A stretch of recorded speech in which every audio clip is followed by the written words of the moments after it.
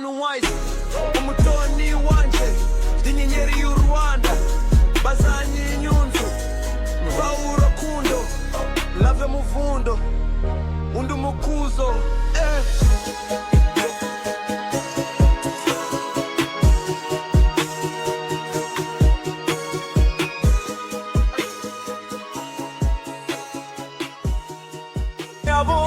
Singaganizi obuto kweli nyine njyewe sinzi ko urambona nafe nduri kureba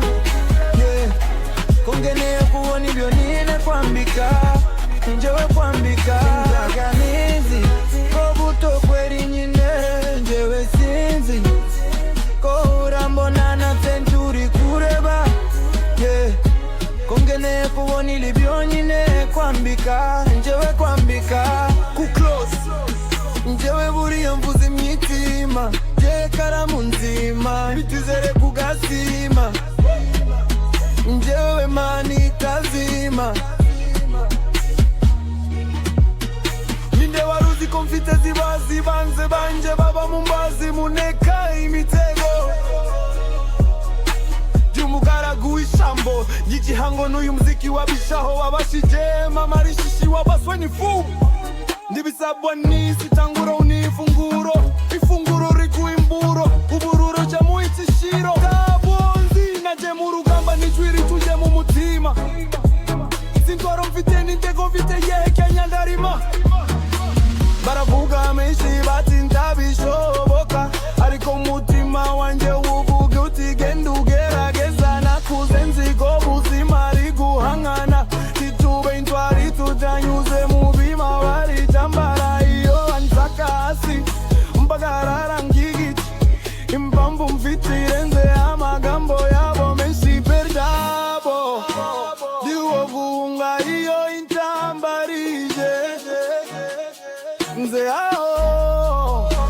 shaka kugera nire yangora nteje niba bashaka guhangana ndari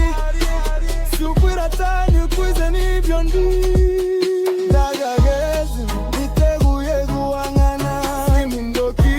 mu bitekerezo byanje bikanagagageze sinasubira inyuma u Rwanda mu marazo ndwana niko azaza hezezi niteguye guhangana imindoki mu bitekerezo byanje bikanagagageze sinasubira inyuma u Rwanda mu marazo ndwana niko azaza hezezi. Mawe baranyumva nabi batarota cyane ariko inzozi nizo zambitse imbaraga z'uyu munsi wanje nshaka intambara idafite impamvu ndashaka gutsinda ubunebwe n'ubwoba uje bwanje bwose shaka kurugero kujya nyuma yanjye babwire ko gutsinda bitangirira mu bitekerezo byanjye irambuye sinarira A1 wise umutoni wanje dinyenyeri y'u Rwanda bazanye inyunzu bawurukundo lave muvundo